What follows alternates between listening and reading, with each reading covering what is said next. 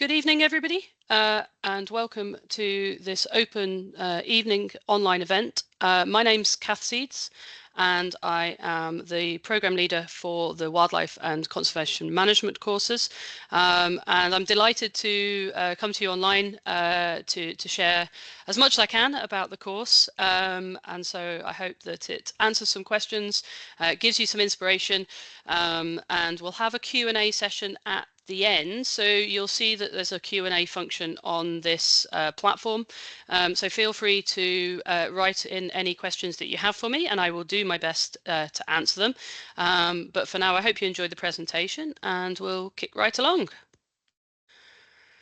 I think without doubt now is the time to do something amazing for wildlife and for our environments and for the planet. I am sure it is not a surprise to anybody that we have an awful lot of work to do for our biodiversity across the country and wider globally, and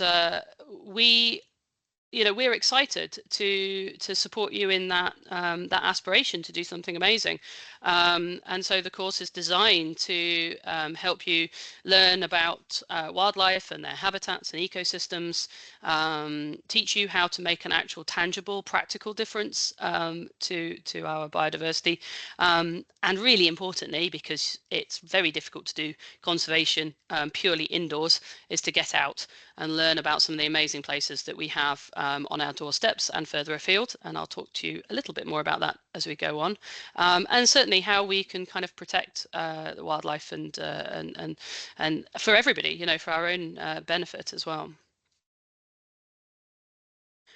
We'll work our way through the wildlife and conservation management course as we unpick the program. But I just wanted to kind of give you a sort of journey of on screen around the different levels of the course. Now, I've got two bits of information on the course here, depending on where you're coming from. For those of you who are within Scotland, you may well be familiar with the higher national certificates and higher national diplomas. If you are from south of the border, then the HNC is the equivalent to a certificate, a higher education certificate, and the HND is equivalent to a higher diploma, a certificate and diploma, and then you'll recognize the degree at the top there. So we offer a really unique design to our courses, and I think we take great pride in that students can choose their path through the course. If you know that you want to do a degree with us, then you can apply for the BSc, and that will take you through the 4 years with us. If, however, your own individual circumstances are a little bit different, and perhaps you want to dip your toe into the water, so to speak, and apply for a 1-year course, then you could apply to do the HNC. You could also apply to do a 2-year course, which is an HND. And you can progress, and we'll talk a little bit more about progression later on in the presentation, but you can progress internally without any fuss, assuming you're passing all your modules. You can progress really easy from 1 year to the next, and you'd be surprised how many students maybe just start thinking, I'll have a go at the HNC, and before they know it, they've done 4 years and they're getting their degree at the end of it. So the other real advantage to a program with us is that you can also decide, if you have reached a point in time where you feel that you've done enough for yourself and that maybe another opportunity presents itself, that you can actually exit out of the course at the end of a year, assuming you pass everything, with a certificate. And that actually is for every single year, which is a point of difference from other degrees. You can actually you can get, obviously, the first year is an HNC, second year HND, and your third year you can actually take away a general degree, and then the 4th year is the BSc. So hold that in mind as we go on a walk through some more details about the program, and I will absolutely answer any questions, because it sounds complicated. It isn't really. It's ultimately great flexibility for you as students. I work out of the Barony campus, and I think it's an amazing place to study. We are really so lucky to have a campus that is based on, you can see on the photo in the middle there, it's based on an old estate property, and so we have some fantastic environments just around the campus itself. We've got fantastic mature woodlands. We've got the meadow grasslands that we're managing. We've got wetlands. We've got some marshy bits and wet bits, a big pond. And we are surrounded also by agriculture, so we can look at doing conservation within an agricultural landscape as well. But then within an hour, we can take you right up to the uplands of the southern uplands into, as you can see on the screen, a montane blanket peat bog environment. We take our students up to look at restoration of peat bogs, and we can go right down to the Solway. And the other photo on the screen there is students at the WWT reserve that we have a partnership with at Calavrock, where we do lots of kind of survey methods with students. These students are looking at doing a web survey, which is a wetland bird survey.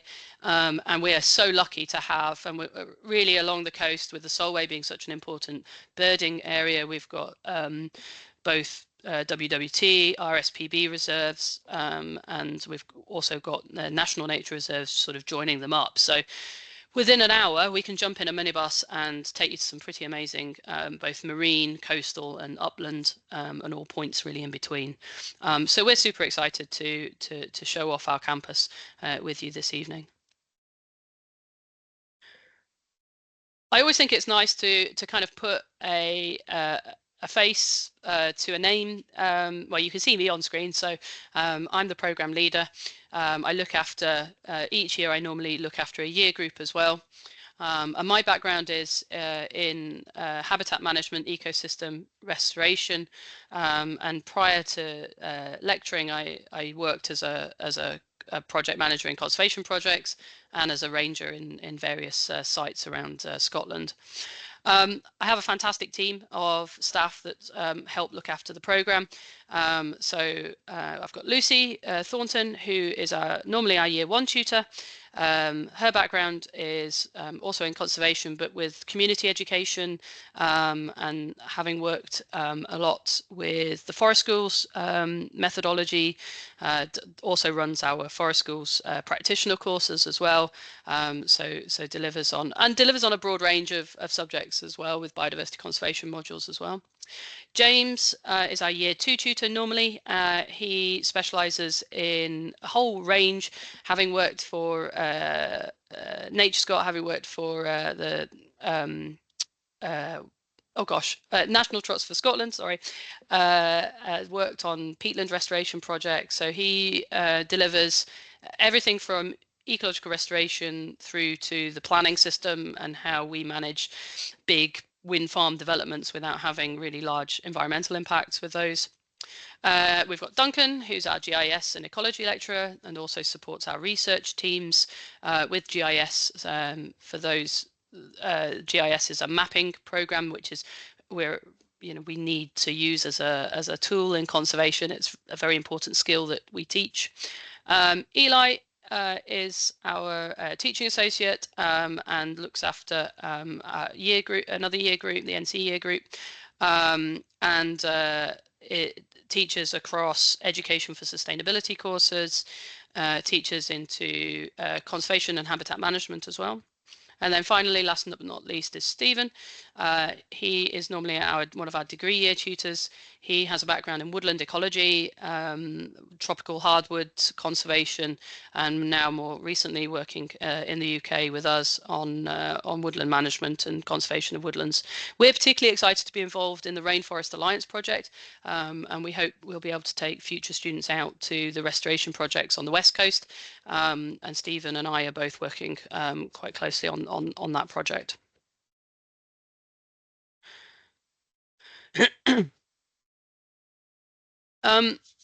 So yeah, I just want to sort of take a moment and take you through. I think often when you're trying to pick courses and try to make decisions about courses, it's also really useful to get a taste for the sort of subject areas.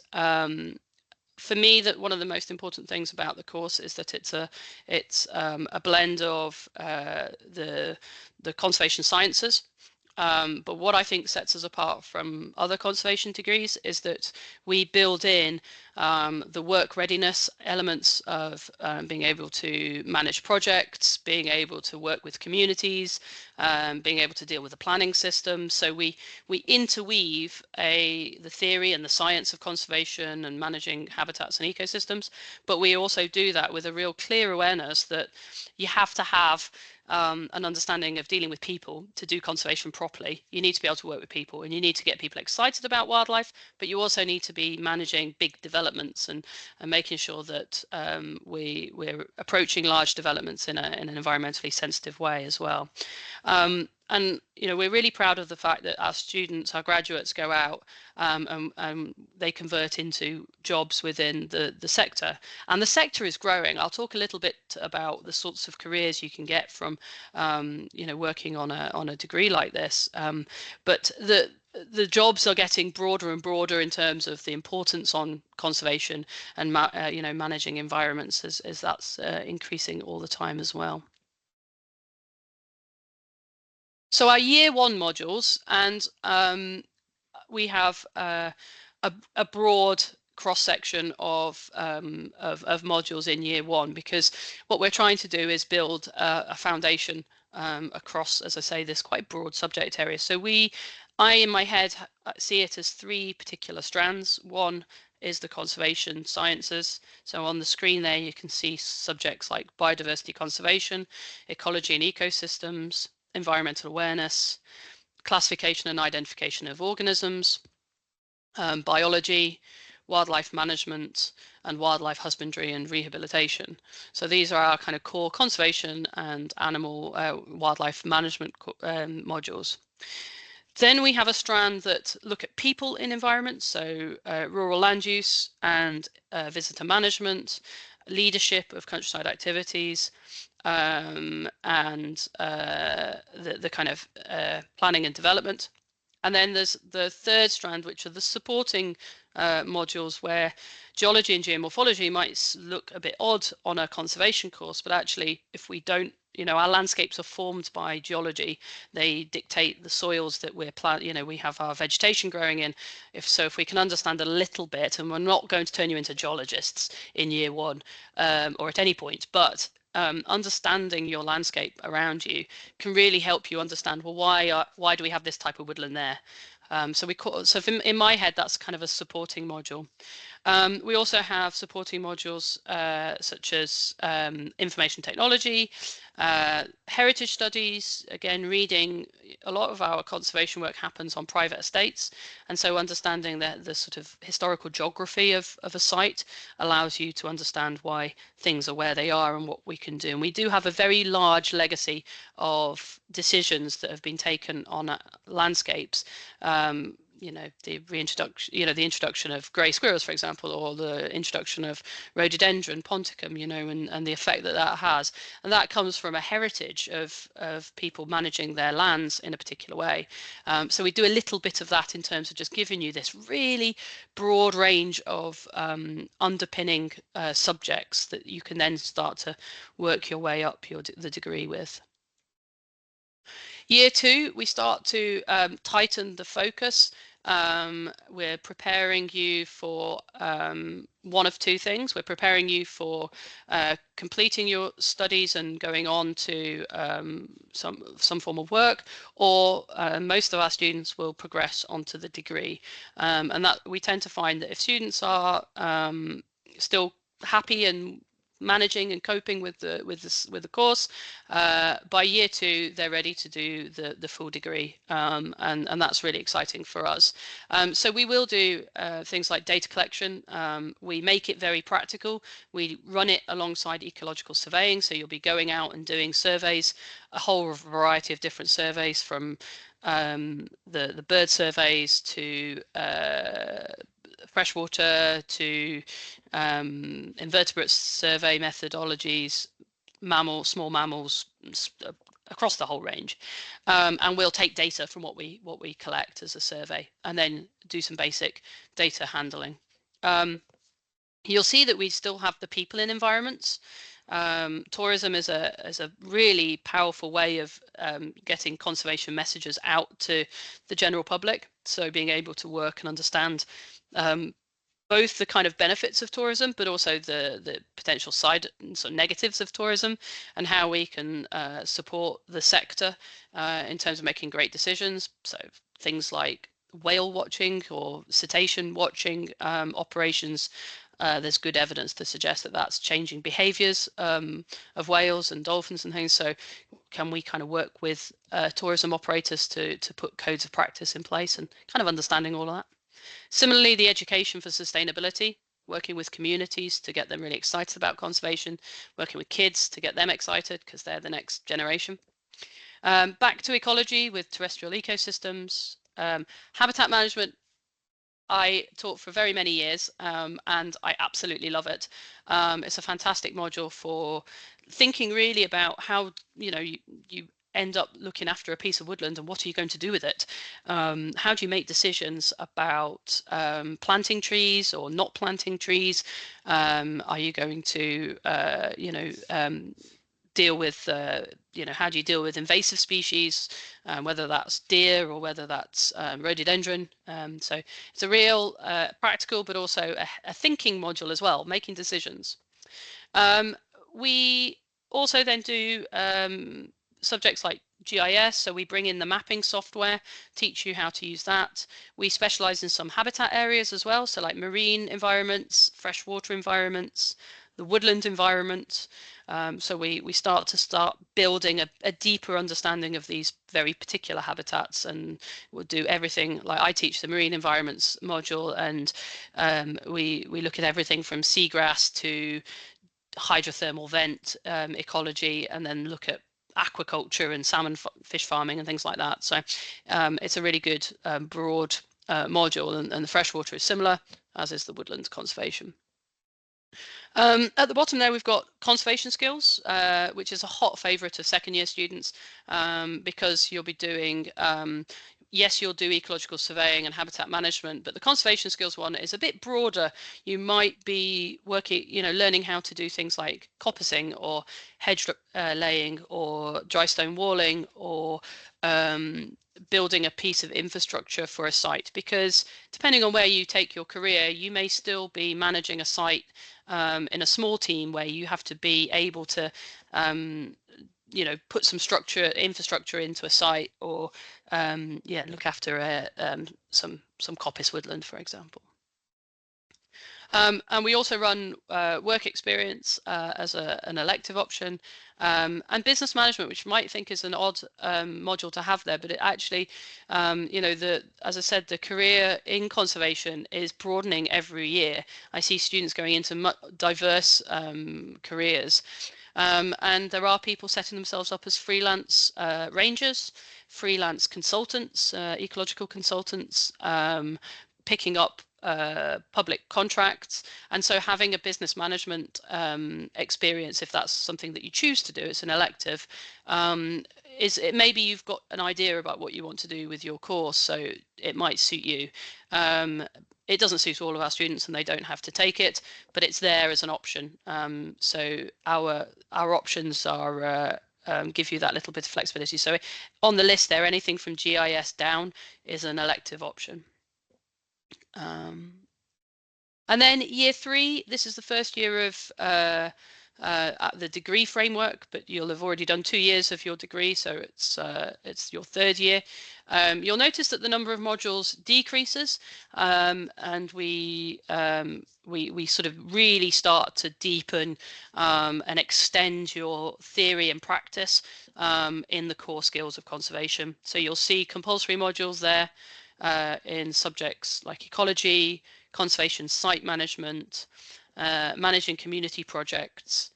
Integrated catchment management is a module that really takes a landscape view of conservation. So we take a river catchment and work out all the potential challenges, whether it's flooding or wind farms or forestry or positive drivers for change like agroecology, and we look at how you deal with that at a landscape level.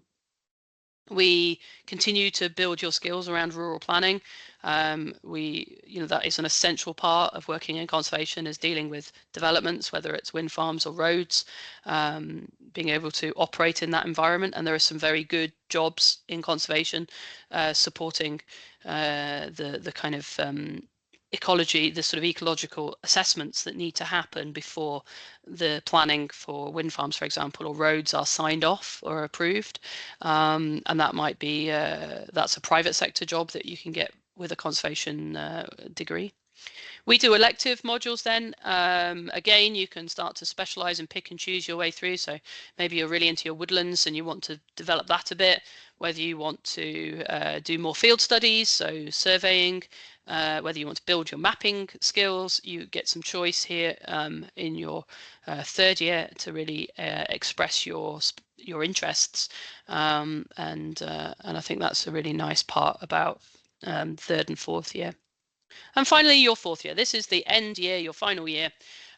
You do 5 modules of taught modules. So on the screen there, you'll do action for biodiversity, wildlife and resource management, conflicts, and professional skills, which is a module really designed to, teach things that perhaps you wouldn't get on another degree, like how to chair a meeting, how to run a meeting, how to gain funding, how to deal with difficult people that employees, or if you end up managing a volunteer group, what do you do if a volunteer constantly doesn't turn up or something? So it's a big module that kind of gets you to a point where when you go to an interview, you can say, I've got all this fantastic theoretical knowledge, but I've had the experience at uni of chairing a meeting and running a small project and being a leader of that, and that's a nice CV kind of enhancement.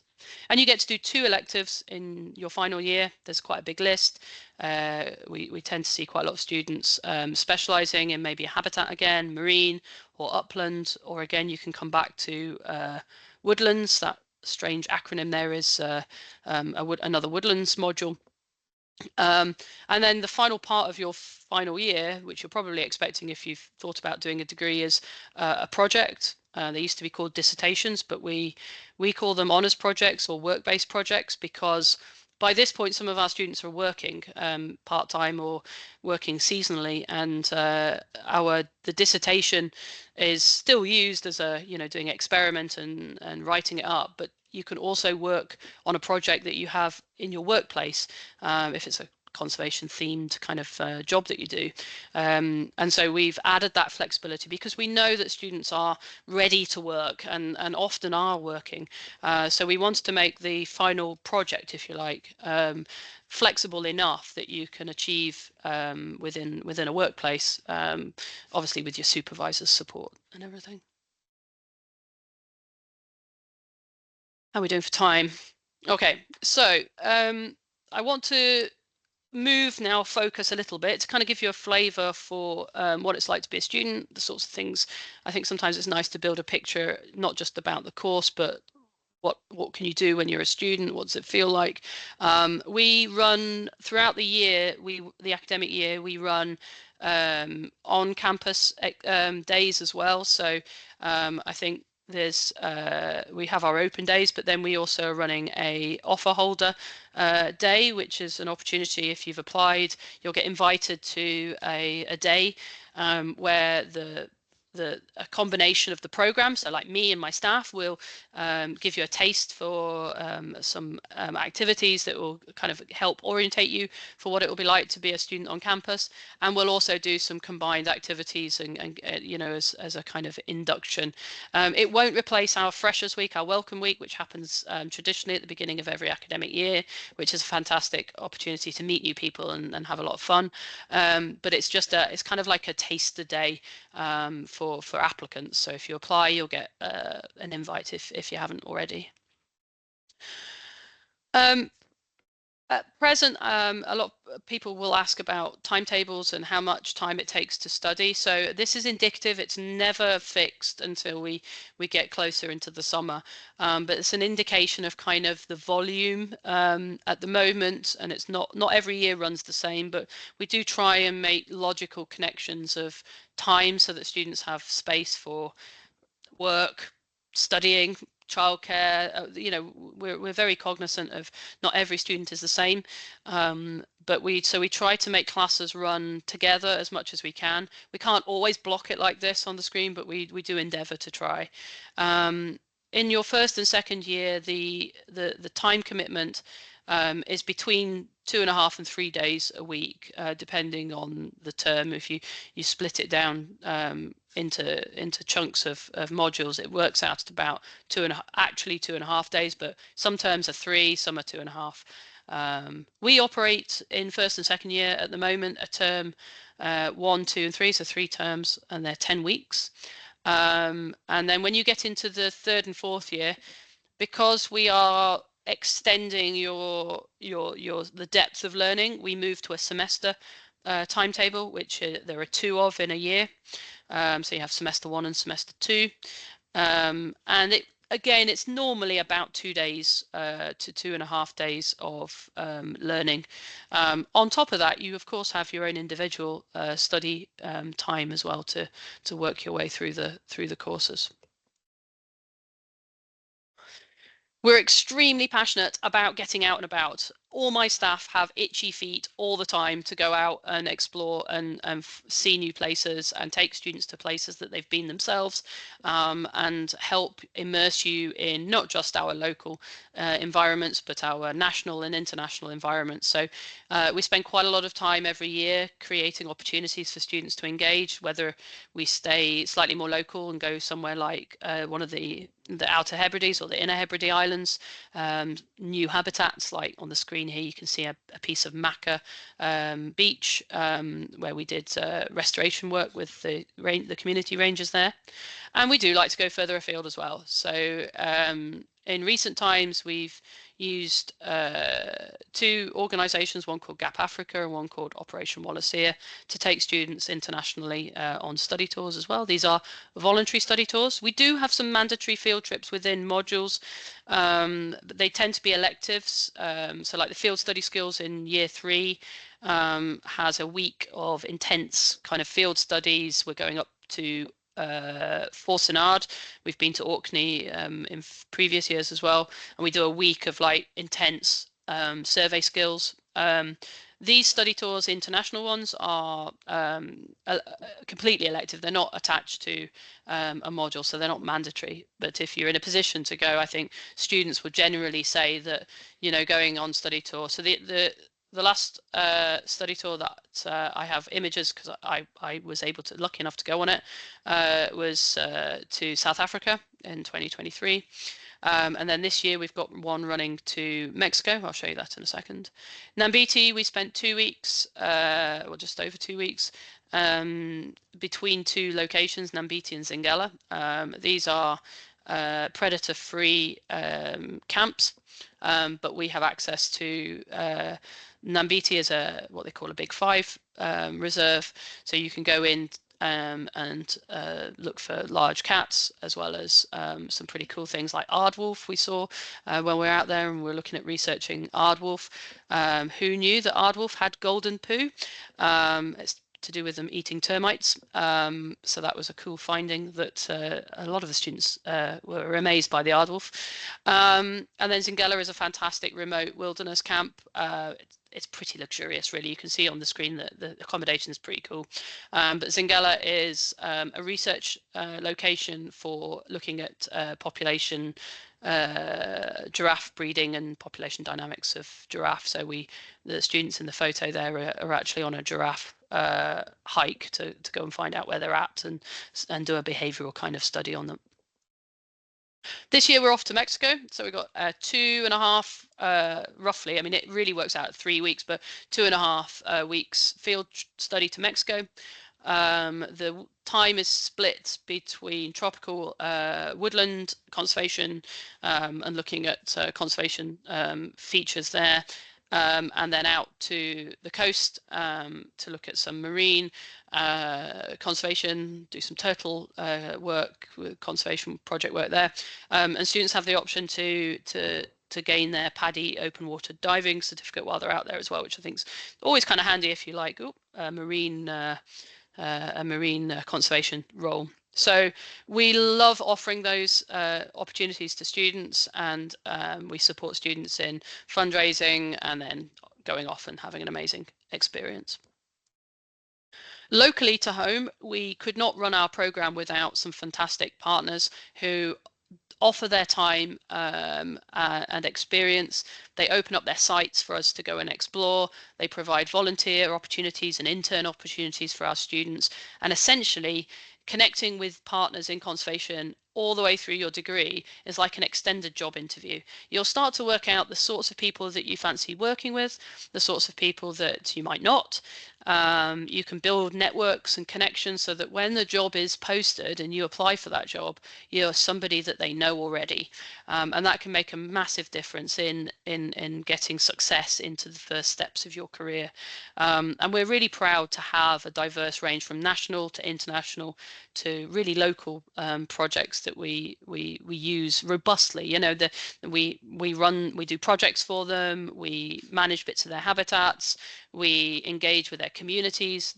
We do real work so that when you go off and again you're interviewing, you have real projects to talk about. You can really talk about stuff that you've done, which is sometimes difficult because we know that as students you've got hectic lives, and it's not always easy to build a CV on your own, you know, extracurricular work.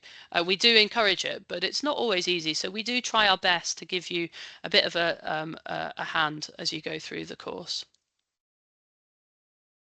As I've been saying throughout the presentation, the careers in conservation are expanding, and every year there's a new thing that we can talk about, and there's probably miles more than I've got on the screen here, but as a flavor of what you can do with the course. Of course, the origins of this program are work, you know, to support students in their aspirations to work as rangers, as countryside rangers or conservation rangers.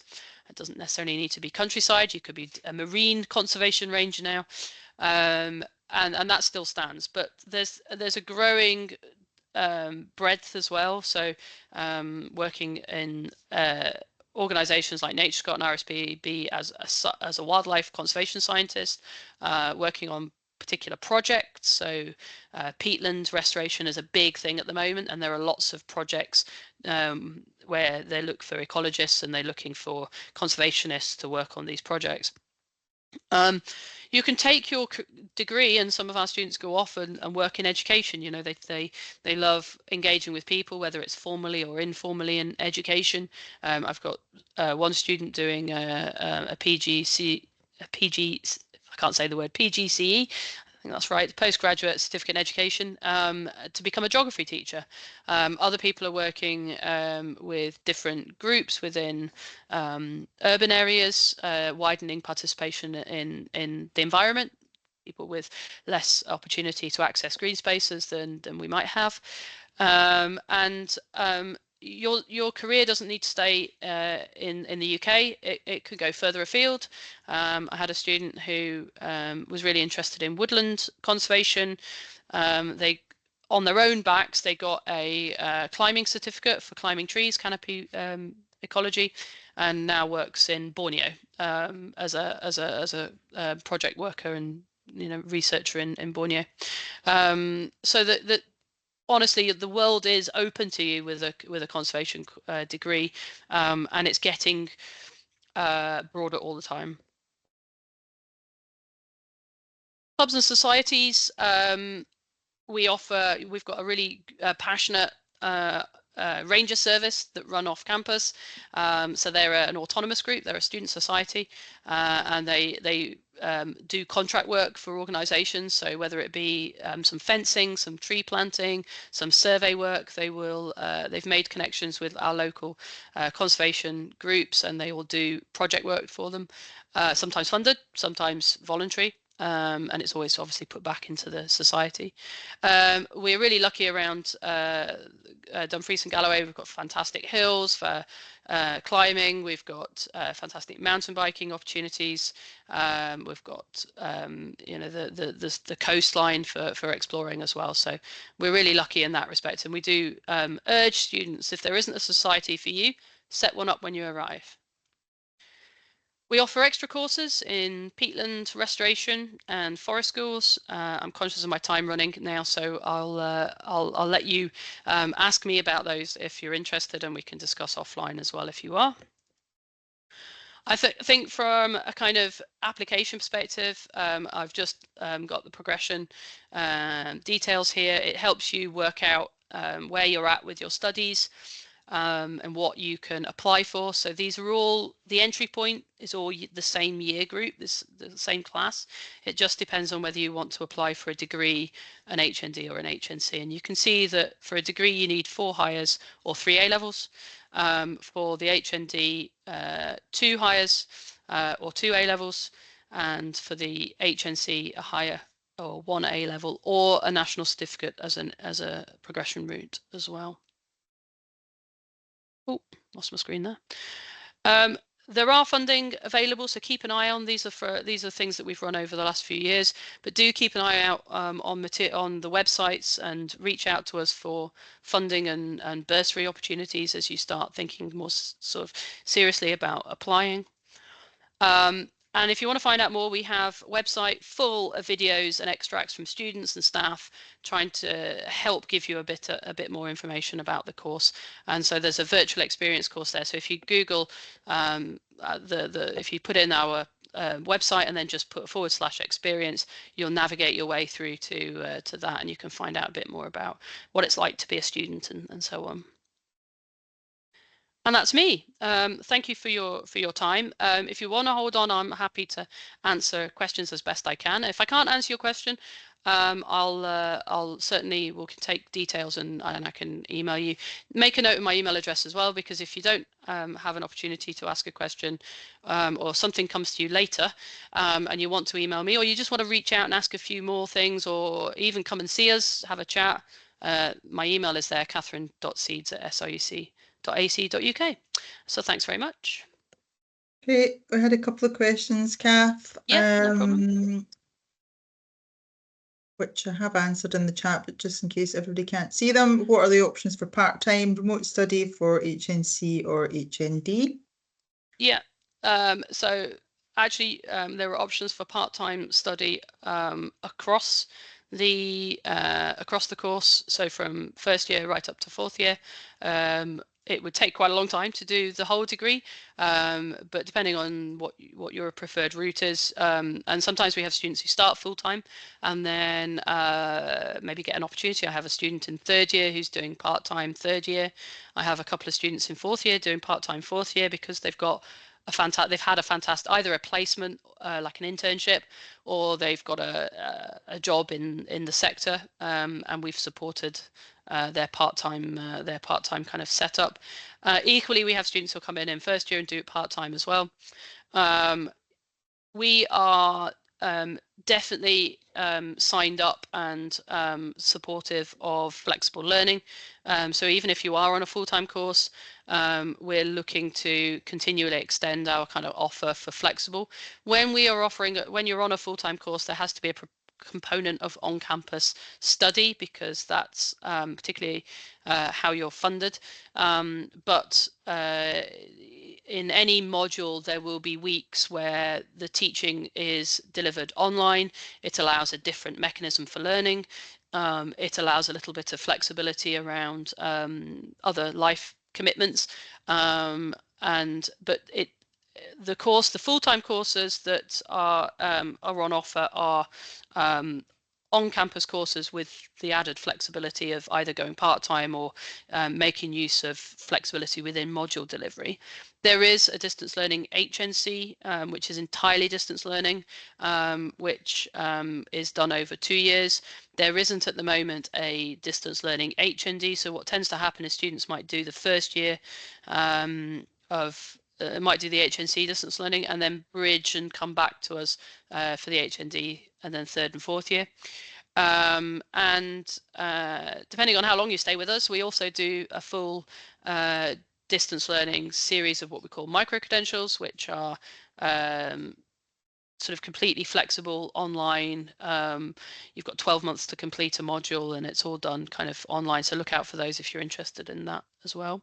So there's a lot of options. I would always say if you've got a particular circumstance that you are trying to work a way around, through in terms of how, what sort of course you might want to do, reach out to us, email me. I'm absolutely happy to have an individual conversation about it and try and help work out a solution if we possibly can. Super, thank you. Oh, we've got a great question here. Is there a brace yourself? Is there a wild swimming group? Oh gosh. Do you know what? I don't think there is actually a formal wild swimming, but I know that we have students within my program, and I imagine other programs as well, that do wild swimming. I have a staff member who's a trained wild swimming coach, like an open water coach.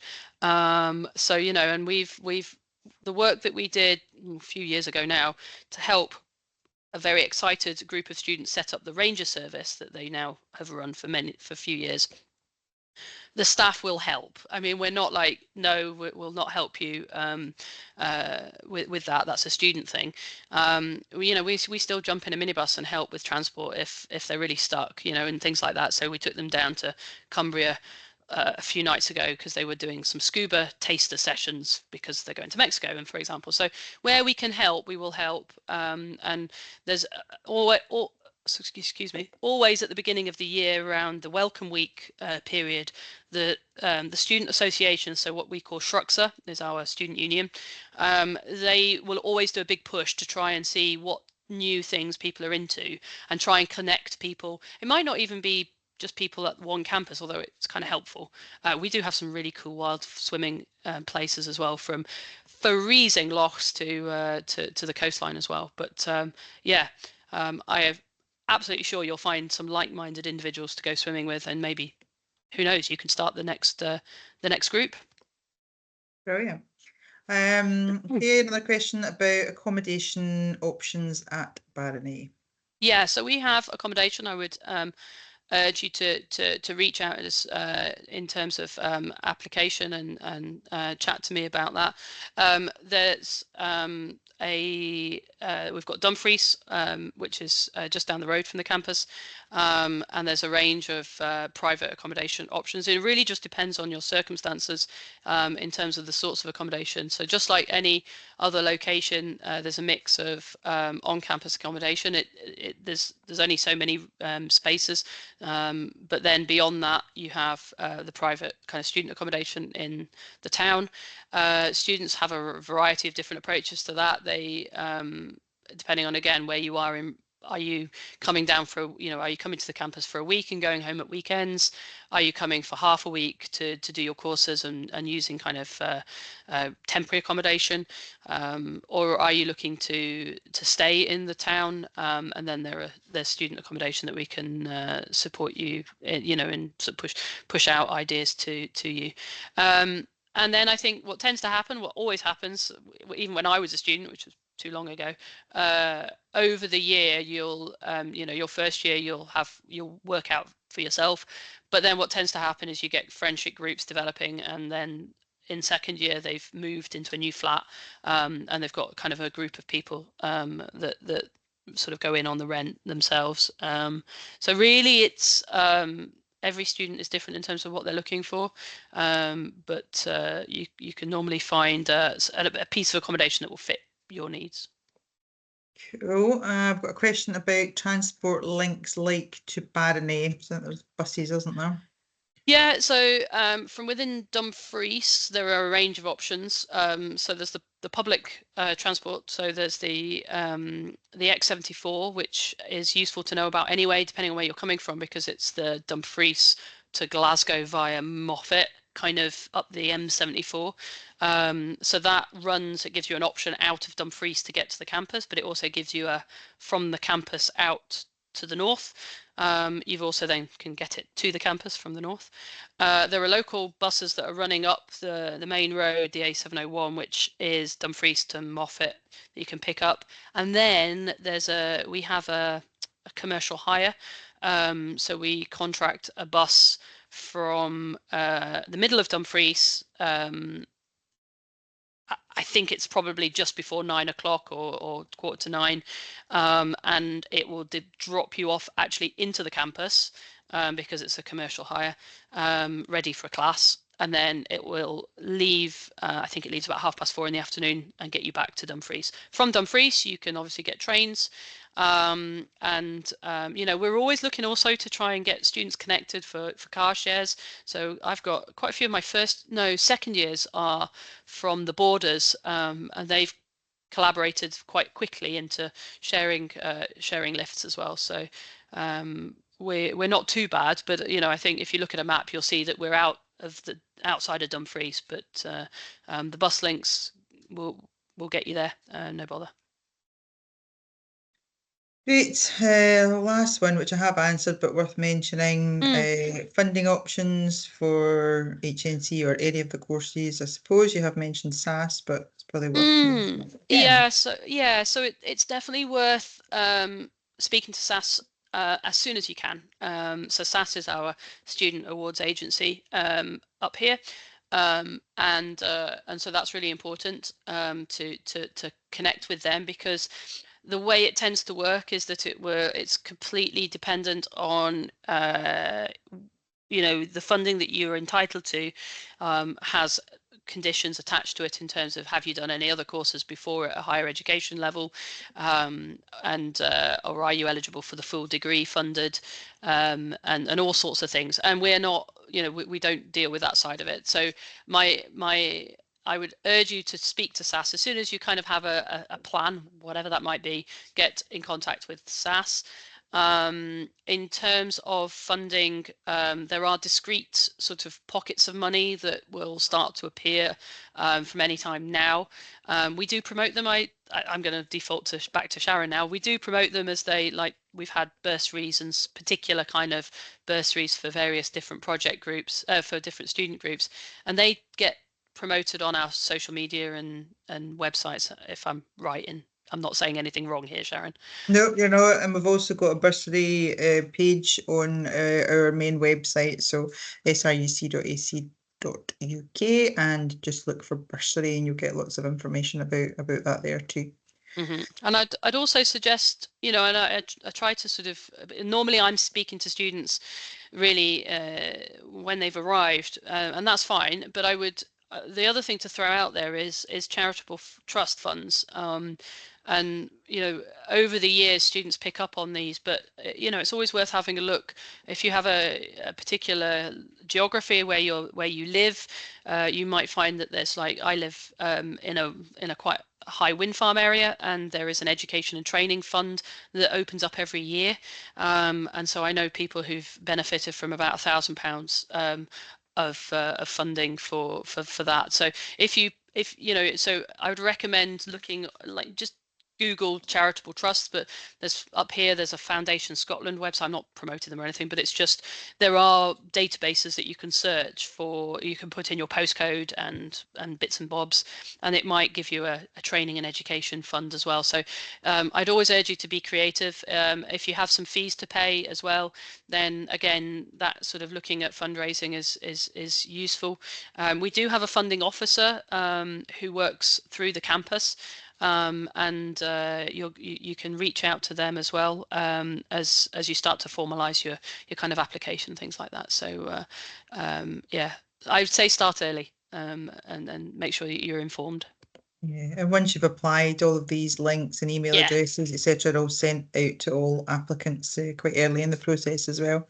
Yeah. Okay, last question here. Can I do direct entry to year 3 of the degree if I already have an HND in WCM? Absolutely. You can do a direct entry into year 3 if you've got an HND, or you've got aspects of other degrees we've had students progress from zoology first years or second years. We've had students come from HND courses that are related or unrelated. If you have a related course subject, then you can direct entry into year 3, and we would be, there's that kind of transition of knowledge. If you've done an HND in a slightly different subject, then we definitely want to have a chat to make sure that you're comfortable with what's coming. But the prerequisites for a year 3 course is that you've achieved the HND or a level of degree. You've done a number of years on your degree. I would always urge a conversation with admissions, so email admissions@sruc.ac.uk and pose the question. If it's a technical kind of course related question, it will come to me as a program leader, and I can have a conversation with you on a one-to-one basis. But absolutely, progressing into year 3, it's a natural point to do that. Cool. I think that is all the questions, Cath. Okay, well, thank you very much, everybody. I hope it's been interesting and informative, and I hope to see some of you very soon. And yeah, I wish you all the luck, and have a good evening. Thanks, everybody. Thanks, Cath. Cheers, Thank you. Bye-bye. Bye.